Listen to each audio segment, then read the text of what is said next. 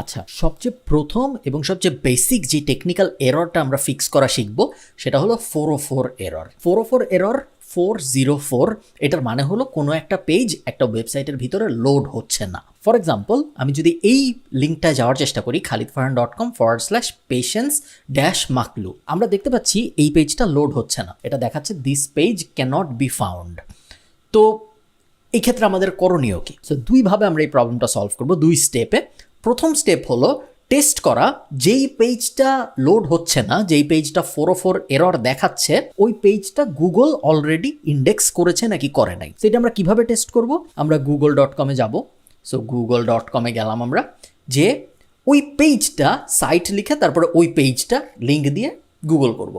অথবা আমরা চাইলে শুধু এই পেজটা লিঙ্ক দিয়েও গুগল করতে পারি। শুধু এই পেজটা লিঙ্ক দিয়ে গুগল করি অথবা সাইট সহ গুগল করি। আমরা দেখতে পাচ্ছি এই পেজটা কিন্তু আসলে এখানে নাই, এখানে আমাদের অন্যান্য অনেক পেজ দেখাচ্ছে, বাট এই স্পেসিফিক পেশেন্স মাকলু পেজটা কিন্তু দেখাচ্ছে না। এই যে আরেকটা পেজ দেখাচ্ছে, এই পেজটা লাইভ আছে। সো এই পেজটা যদি আমি ক্লিক করে ওপেন করি এটাকে আরেকটা ট্যাবে, আমরা দেখতে পাচ্ছি এটা লাইভ আছে, এখানে পেজ লোড হতে কোনো সমস্যা নেই। বাট যেই পেজটা নিয়ে আমাদের সমস্যা, এই পেজটা গুগল আসলে ইন্ডেক্স করেই নেই, বা গুগলের ডেটাবেজে এই পেজটা নাই।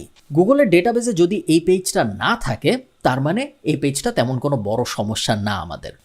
কারণ গুগল কিভাবে জাজ করবে যে এইটা, মানে গুগল কিভাবে আমাদের ওয়েবসাইটকে একটা নেগেটিভ পয়েন্ট দেবে যদিও আমাদের এই পেজটা না দেখেই থাকে, তাই না?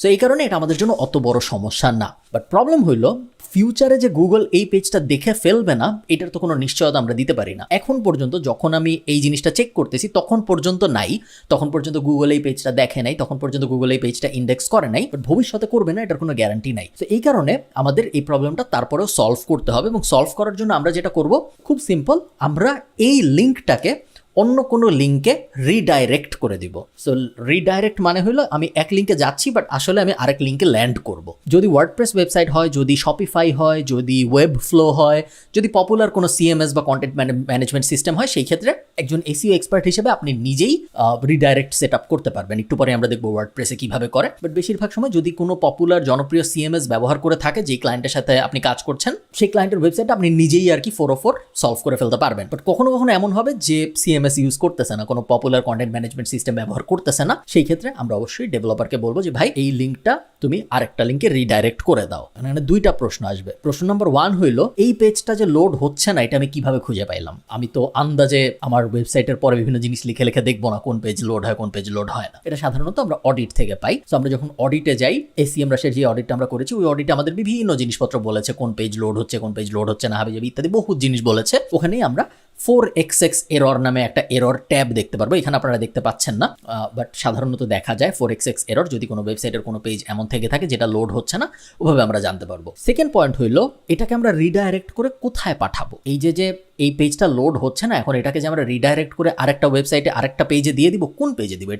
এইখানে যে যাওয়ার চেষ্টা করতেছে তাকে কি আমি হোম পেজে পাঠাবো, তাকে কি আমি অ্যাবাউট পেজে পাঠাবো, তাকে কি আমি কোম্পানি পেজে পাঠাবো? কোথায় পাঠাইলে ভালো হয়? সেকেন্ড প্রশ্নের উত্তর হইলো, তাকে আমরা সবসময় রেলেভেন্ট কোথাও পাঠানোর চেষ্টা করব। সো এই লিঙ্কে যে ল্যান্ড করবে, আমি ধরে নিচ্ছি সে পেশেন্স মাকলু রিলেটেড কিছু একটা জানতে চায়। পেশেন্স মাকলু রিলেটেড কি আছে আমার ওয়েবসাইটে? আমার ওয়েবসাইটে এই পেজটা আছে, যেই পেজটায় পেশেন্স মাকলুর প্রোডাক্টটা আছে, ঠিক আছে?